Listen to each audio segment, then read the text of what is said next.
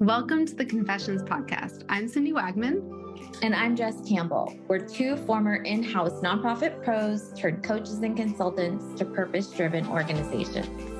After years of building up our separate six-figure businesses from scratch, we've thrown a lot of spaghetti at the wall and have lived to see what sticks. We're on a mission to help other nonprofit coaches and consultants looking to start or scale their own businesses past the six-figure mark by pulling back the curtain.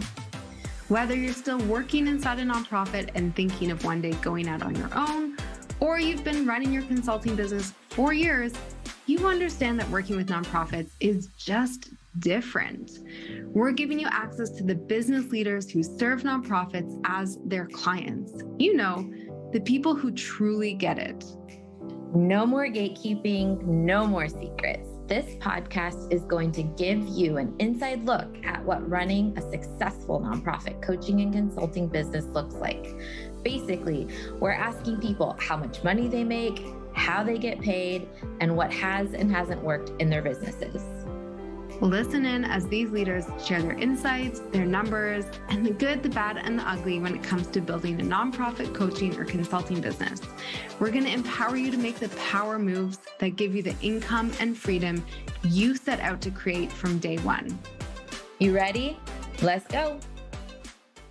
Jarrett, earlier offline, you mentioned to me that you're starting to think about what the next version of you or your business is. And I'd love for you to give me a little context around what's going on in your brain right now and what's changed, what's new and exciting. You know, it's been 14 years since I started my business, so 2009. And over the course, I've definitely shed some layers, right? I've shed some layers. I've shed some connections and some relationships. I've shed some staff members. And I'm really looking towards, believe it or not, semi-retirement and what that looks like. So passive income, how can I do less work, make more money? How can I live a more nomadic lifestyle? Really just finding that balance. So I'm really in a place of pivoting from doing more of the day-to-day work for my clients and into a true consulting and even coaching other consultants into a nonprofit grant writing program that I'm launching. So really how can I be of service in another way? It's exciting. Wow. So exciting. And I love these questions because I think what's coming up for a lot of people is, especially when we start consulting pre-retirement, is that we kind of take our 9-to-5, that hustle, that do all the things, and it kind of just moves over with us, that mentality. And I think that is changing for people, that we're like, I don't want just another job. I can have another job and be my own boss, but I want something different now. So I'm so excited to dive into this with you. For those tuning in, welcome to Confessions with Jess and Cindy. Our guest today is Jarrett Ransom, who is the CEO, founder of the Raven Group, and also known as the nonprofit nerd with her signature glasses. Welcome, Jarrett. Thank you. Thank you both, Cindy and Jess, for having me. It's been such a fun journey to be on with you and kind of, also not kind of, but watch from the sidelines and now also kind of be a part of it. So it's really cool to see the space that we're in across the globe. Mm-hmm. I think there's an emerging community of consultants. So for those of you, Jarrett, who don't know, or for those of our listeners who don't know you, can you tell us a little bit about what you do? Yeah. So as I referenced a little bit earlier, I started in 2009. I was reduction in force, I now say, from that economic crisis. But I really coined myself as the nonprofit nerd because I eat, breathe, sleep nonprofits. Absolutely love it. And I found myself talking about it until other people were blue in the face, but I never got blue in the face, right? Because I absolutely love being of service in our communities.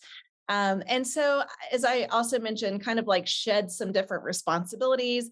So now where I'm really spending my time, again, working exclusively with nonprofits and now consultants serving nonprofits, really in a more leadership, true consulting space. How can they build sustainable practices? So really fundraising and strategy are two of my main wheelhouses.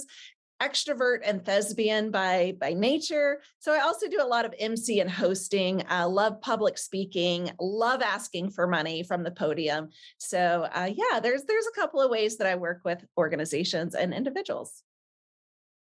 I love this. I want to go back to something you said just a second ago about before we get into like every single thing you do and how you get paid and all this stuff.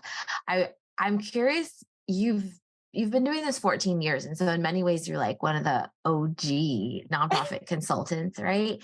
And something you said that like when you said it, my brain went to I want to make more money, do less, passive income. You said like these words, right?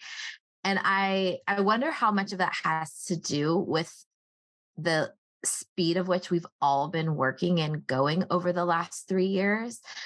Because like you've been doing this 14 years, and then I'm curious how over the last 3 years that work intensified or lack thereof.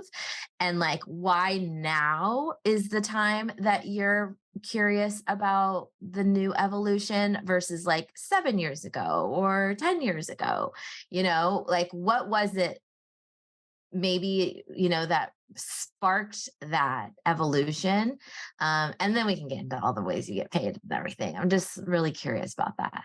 Well, you hit the nail on the head, Jess. I am exhausted for sure. Mm, mm. We most of us, right, in this community and this sector, run towards the fire. How can we help? What are the solutions? How can I be of service?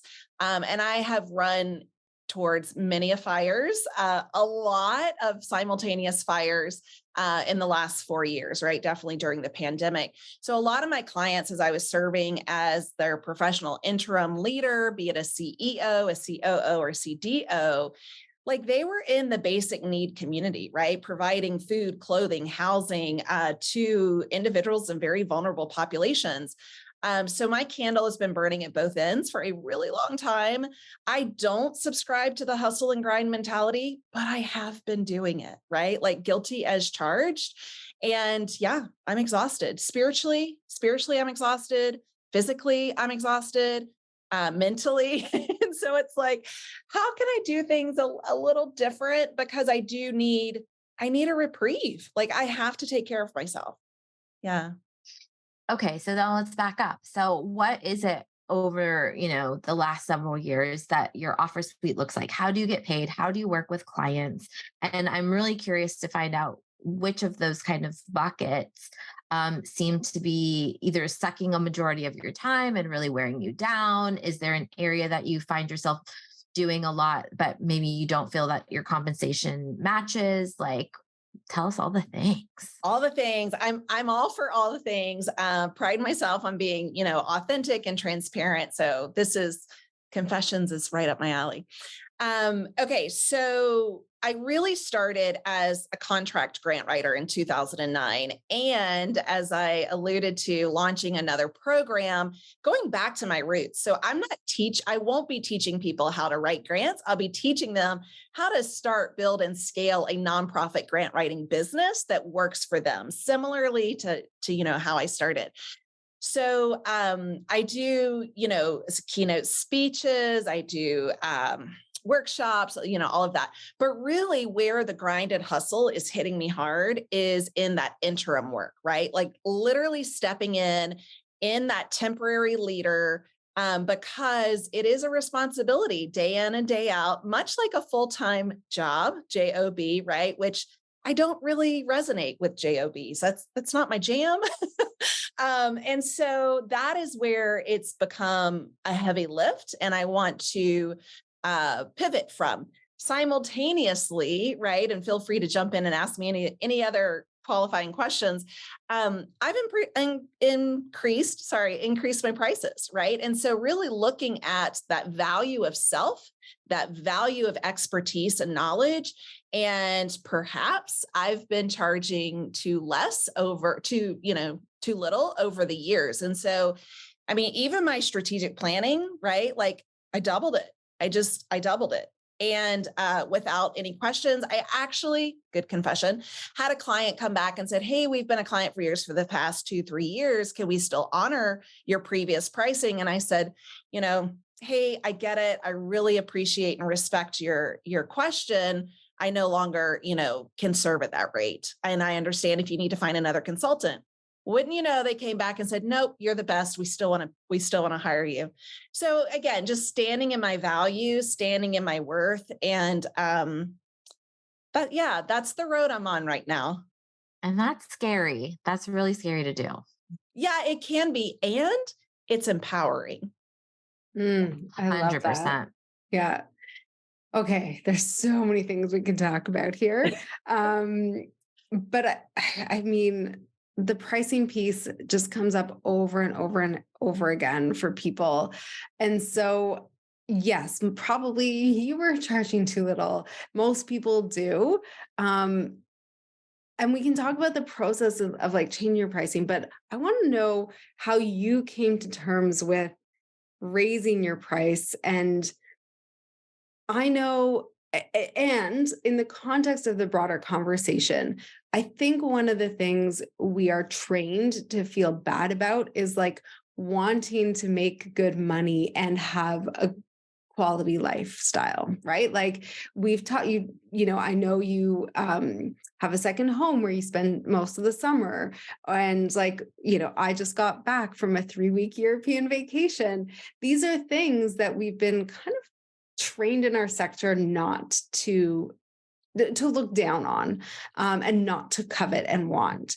And so pricing is part of that conversation, which is like, actually, we can have nice things and we can do nice things. And so talk to me a little bit about how your mind has changed or how you've evolved in terms of thinking about these things and understanding that your pricing is based on the value you bring to organizations, but it's also based on what you want. And that's okay too. Yeah, great question.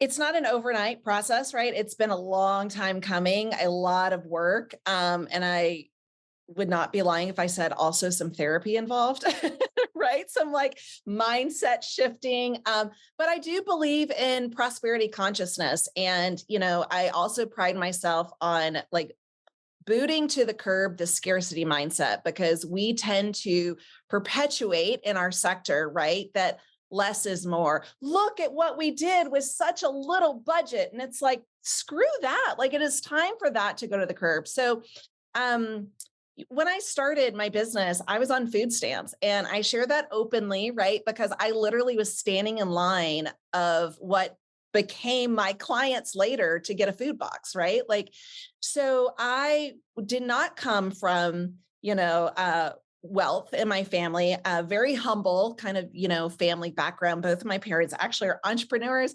So I say like, I know what it's like to eat steak one month and spam the next. And sorry for you vegans and vegetarians, but really looking at like, the highest of highs, income, fulfillment, the lowest of lows. And so when I first started in 2009, I thought my price was really high, and I was scared to say that I charged $40 an hour. But that was like more than I made in my, full-time position. So fast forward to that, right? And really looking at my own money mindset, my own connection to money, my own psychology, when it comes to the value of a dollar and what that means. And so I also like give, the more I make, the more I give, right? Of giving from the abundance of my own life and how I can better serve my community and those missions that I believe so strongly in. So it took a while for sure. And for me, it's the inside work, right? It really is the inside work for that to come out on the outside. And I really have really dove even deeper into my own spiritual work, like who am I? What do I, like all of this good, juicy woo-woo stuff. Amazing. Love The it. stuff that's like works. I don't know. It really does love work. it. I love it. I mean, I know people, are like, oh, I'm just going to pray that I make ends meet. And like, I'm not praying, that's not even a practice of mine.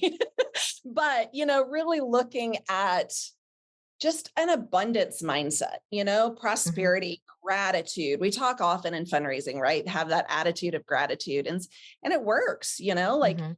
building a vision board, working towards that and visualize, Mhm. Mhm. meditating and yeah, doing my own personal shit. So, so you talked about kind of this evolution. You started at $40 an hour. You're at a different place now, which is so amazing. And sitting in the seat of our listener who's driving around or walking their dog or like doing the dishes. And maybe they are in that place, right? And they are like, okay, but what are the steps I need to take to make those increases? As you said, you didn't do it overnight. It's been a process. So what did you do to make those increases? Did you wrap up a project and just say the next one that comes through, I'm going to present them with this number? Did you announce it? Like, how did you call in new business at those higher rates? A big piece, and I know you both subscribe to this as well, is hiring my own coach, right? So I worked with a coach, a high ticket, big investment, right? At that time. Now I wouldn't balk at it, right? Because like I know the value and the results that came of it. But it was a $15,000 coaching program for 12 months. And I was like, I don't know how I'm going to make this work, but I'm going to do it. I'm here for the ride. That was pivotal for sure. I surrounded myself with other women making money, other women, setting their prices, changing their price on the value of everything, talking about it with no regret, bragging about deals that you've closed, celebrating, like double figure months, celebrating 6-figure years, like surrounding myself with other people on the same trajectory. And that was a big game changer for me. Okay, Jarrett, we are back for another fun round of rapid fire questions. You ready to play? I'm ready. Awesome. You mentioned on this show that you start every day with a podcast. What is one that maybe isn't business related that you just really enjoy? Yeah, this one, Katie B, I absolutely love her. She just changed the name of her podcast, so I can't think of what it is, but um, it just her voice, her intentions, her soul, like it's just so happy and real. It is real. So yeah, Katie B. Thank you. What is a piece of advice for someone who wants to get into speaking or hosting? I know you do a lot of that. How would you advise someone get started? Yeah. First of all, I started for free because I knew I wanted the experience and I wanted the photos and I wanted the testimonials. So don't be afraid to offer yourself to gain that experience. I definitely did that when I first started. And yeah, it was really fulfilling and also really helpful for me to hone my skills. I love that. You mentioned on our show again that you really value your downtime as much as your sprint time. So, what is your best productivity hack so that you can have both? Oh, my best productivity hack that I just implemented is to not open my calendar 8 to 5, Monday through Friday, and to really pare down. Okay, I'm only taking meetings Tuesday, Wednesday, Thursday from 10 to 2 because that's what works for me. So I was spreading myself way too thin for way too many people. And my VA was like, why do you do this? I said, because I thought I had to. So pare it I love down. that. Yeah. I love that. Okay, thanks for playing. Thanks. I love that so much because then it just becomes normal, right? Like when everyone around you is making like $500,000, $1 million a year, it just becomes normal. And then you're like, okay, well, then I got to up level myself. And Yeah. it's so easy when that's the new norm. I love Yeah. that. The other thing I did, which is more tangible, right? I mean, coaching was tangible, but it's something I did. But something that I think our listeners can certainly do is like really get into your SOPs, your standard operating procedures. What are your systems? And that's something I'm going to teach in my program is really about how do you market to your clients? How do you attract them? How do you onboard them? How do you wow them? How do you offboard them? How do you fire them? Right? Like all of these conversations that I didn't have when I started my business, but now it's like, coffee talk. I talk about it all the time. Mm, so good. SOPs are so helpful too. And especially as you move from doing the work to teaching people how to do the work, that becomes invaluable as part of your IP.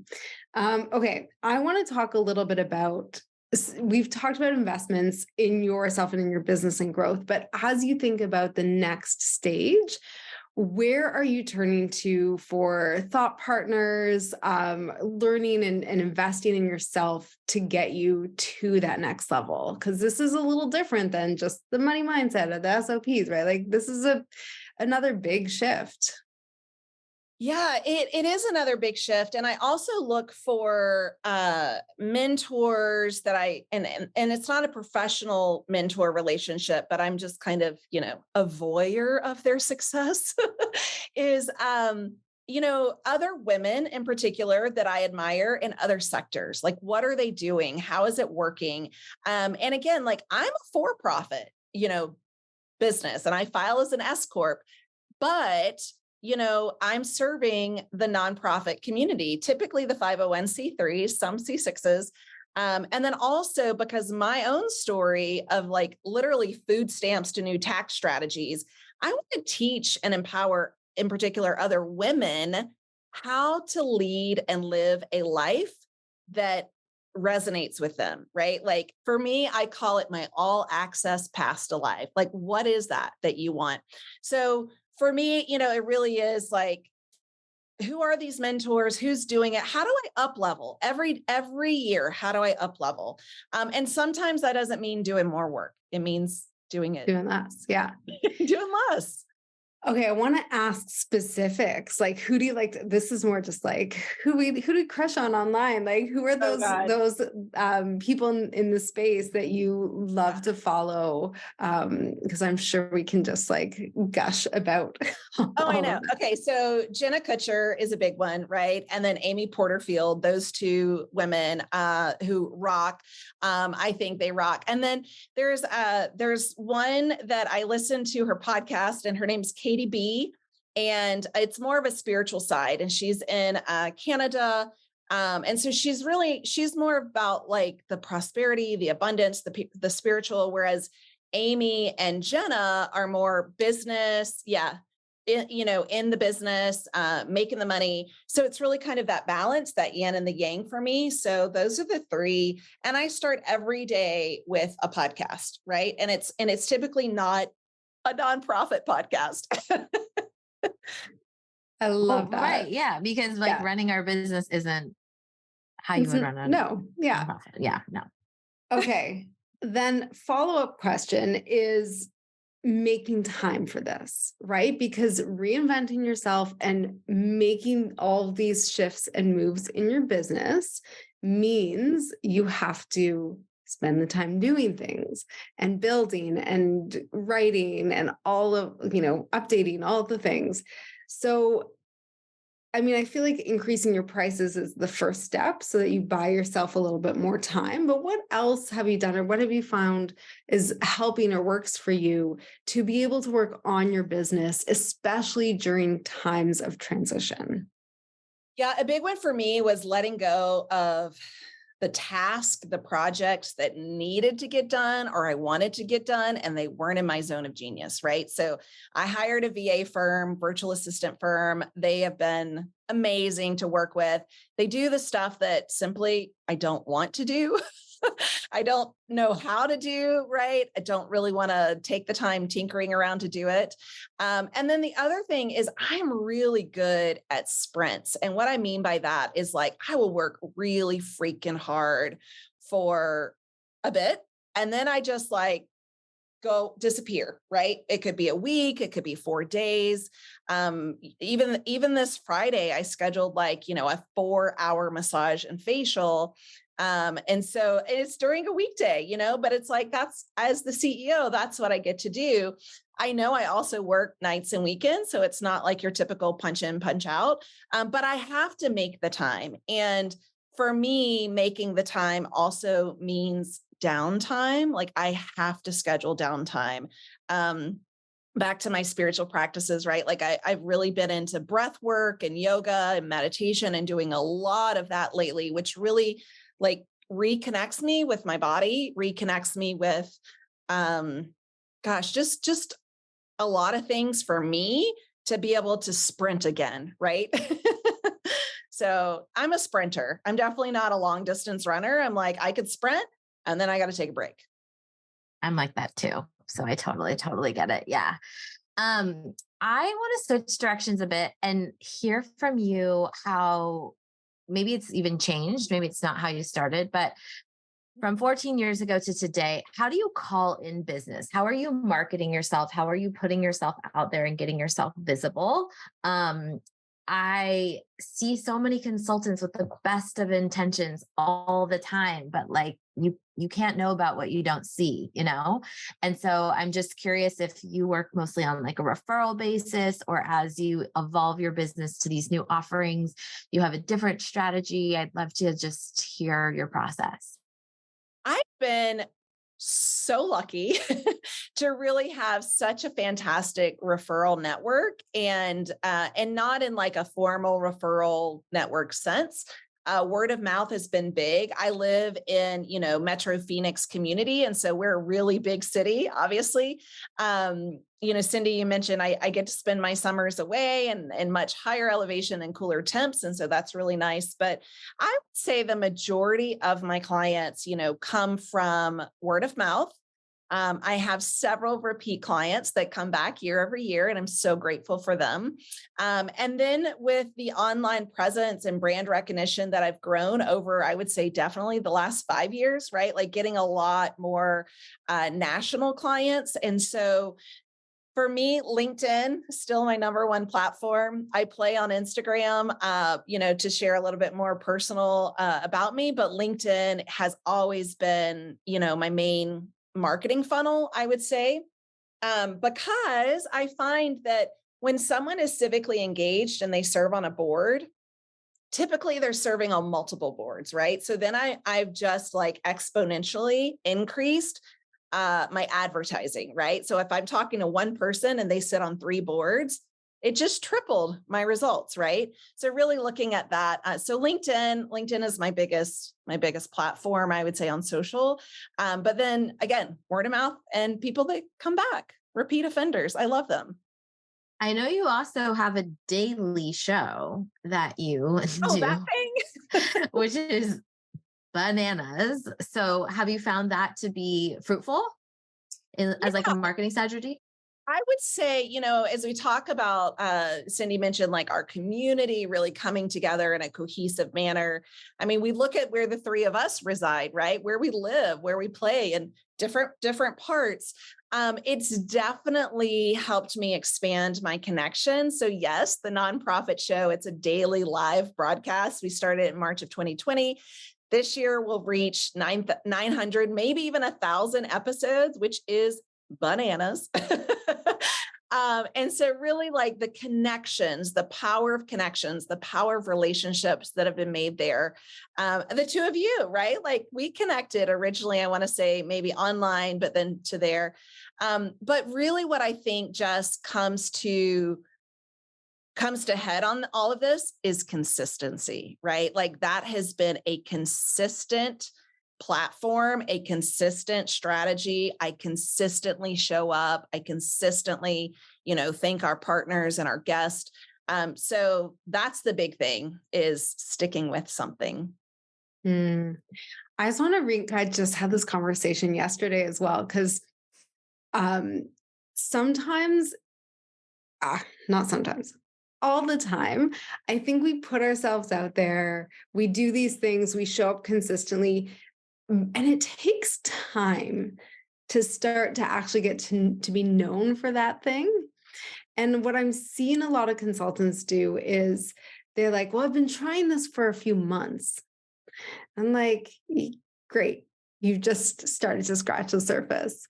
And so I love that point. It's consistently, and you've been doing this in the daily show. I just want to underscore that because I mean, I have two podcasts, but they're weekly.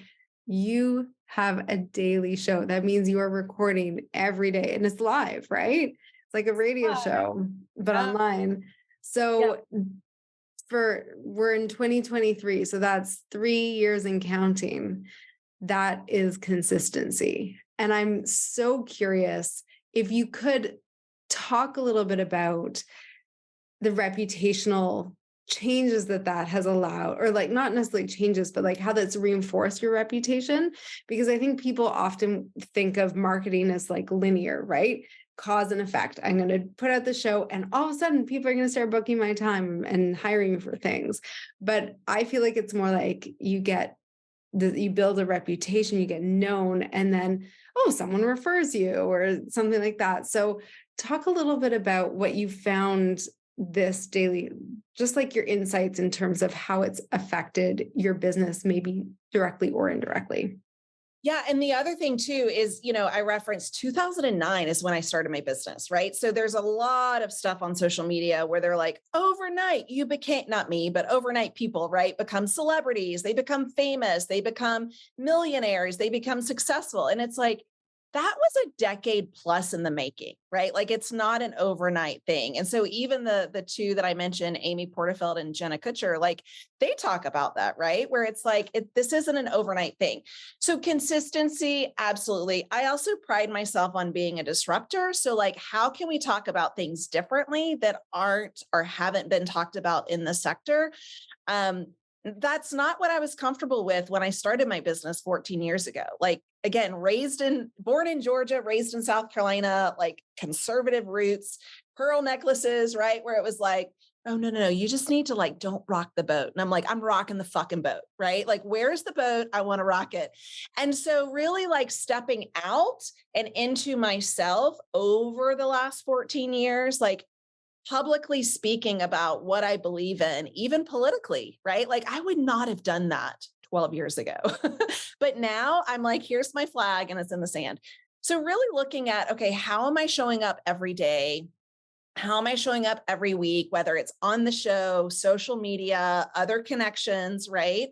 And then am I being my true self? Like that's a big one. Am I being my true self? Because I think we've all been there. I know I have. Like I've certainly attracted clients that I couldn't wait to get rid of. And like, I don't want them anymore, right? Like I want to stand for who I believe in and with and beside, because I want more of that and less of the, money is green. Sure, I can help you. Like, no, I don't get fulfillment from that.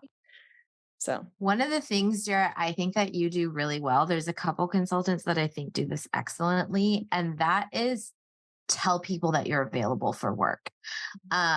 It's like so simple. right. But I'll just get an email sometimes from you and you'll say like now available for work in Q4, or I'll see a LinkedIn post saying I just wrapped this client. I will be taking on my next interim, whatever. I know Julie Ordonez is also really good at this. Caroline Griffin does this as well. There's a couple people that just tell people and then it's like known, and nonprofits are like, okay, it's so simple. And I don't know why more people do that, but I just wanted to compliment you because it's, I think so smart, and more of us should be doing that out there. Thank you. Thank you. First of all, I want to acknowledge that compliment. I don't think I've ever thought about it, but now I will, right? Like it does seem so simple, so much so that I probably overlooked it as part of my strategy, to be honest. But yeah, really looking at, okay, I am available. I mean, speaking to the MC and the hosting, like I want to do more of that. And I know that as our galas come up in the fall, right? Like having a really solid, confident person at the front of the stage making an ask could make all the difference. And like, I want to do that. I'm all for helping to raise more money. So thank you. I really appreciate that. You're welcome. You're welcome. Okay. So as we kind of now we have this thing, right? Like we know how you run your prices, we know your evolution. I kind of want to vision cast forward a bit because your strategy is going to change, especially as you maybe pivot your audience to be more business owners versus nonprofits. And as we kind of conclude our conversation, I'd be just really curious how you thought about that and if anything is changing to make any of that happen. Are there new rooms you're trying to get in? Are you trying a different thing? Like, give us the first look. Yeah. So Nonprofit Nerd School, it's live website. So I literally sat 5 years ago. I took myself talking about like, being prideful about the vacations and stuff we take. I took myself for my 40th birthday to Bali. So my then boyfriend and I, were sitting in Bali around a pool, drinking a cocktail. It was very luxury. And I was like, I want to start this program where I teach other women how to build a life and a program, lifestyle, flexibility in their life, similar to what I've done. Because again, I started with food stamps and running, 6 figures plus.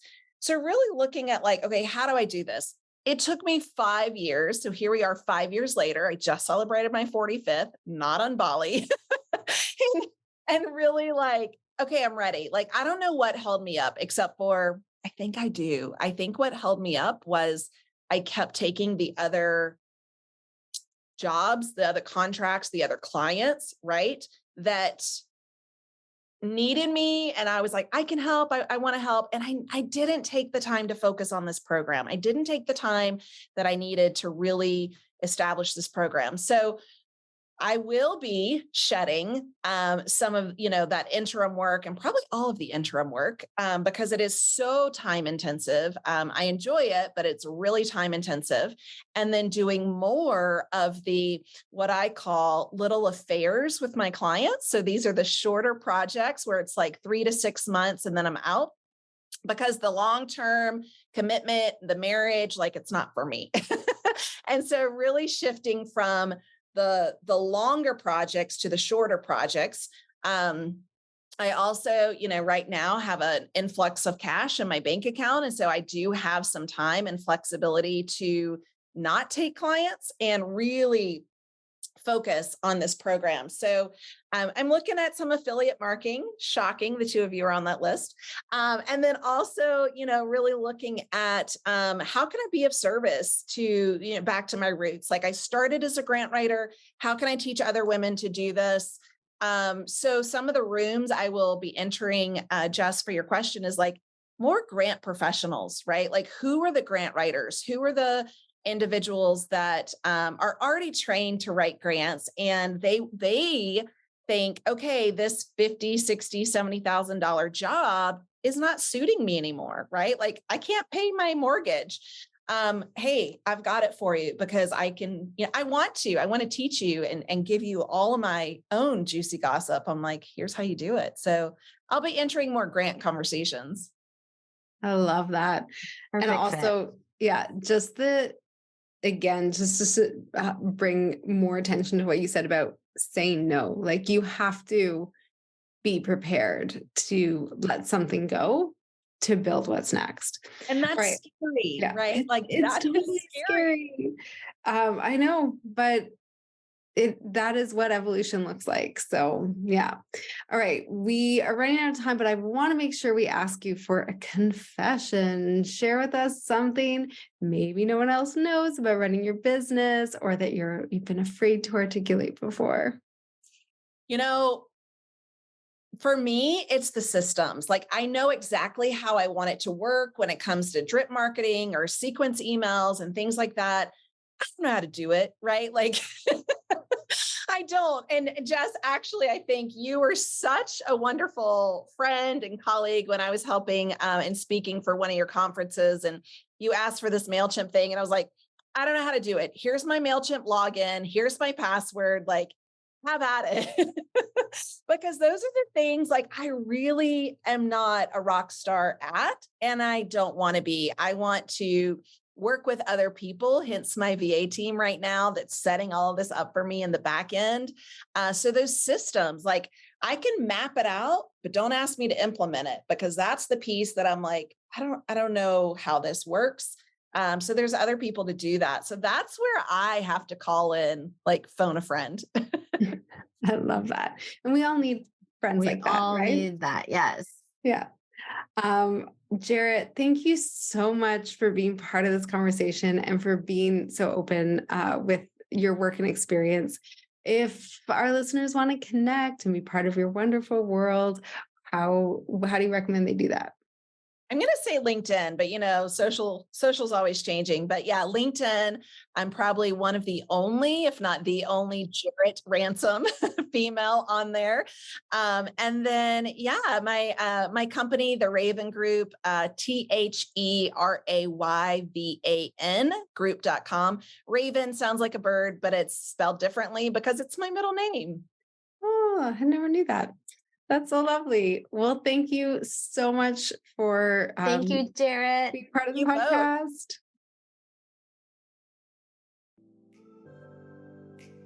Thank you again for listening to the Confessions podcast for nonprofit coaches and consultants. If you enjoyed today's episode, which I sure hope you did, you can show your support in one of 3 ways. Number 1, post a screenshot of this episode to your Instagram stories or LinkedIn profile and tag Cindy and I so we can repost you. Number 2, share this podcast with a fellow nonprofit coach or consultant. And number 3, leave a positive review on Apple Podcasts so we can continue to grow and reach new listeners. And of course, make sure you subscribe so you can get the latest and greatest interviews as they drop every Thursday. And to our fellow nonprofit coaching and consulting friends, remember, we're an open book and here to answer your burning biz questions. See you next time.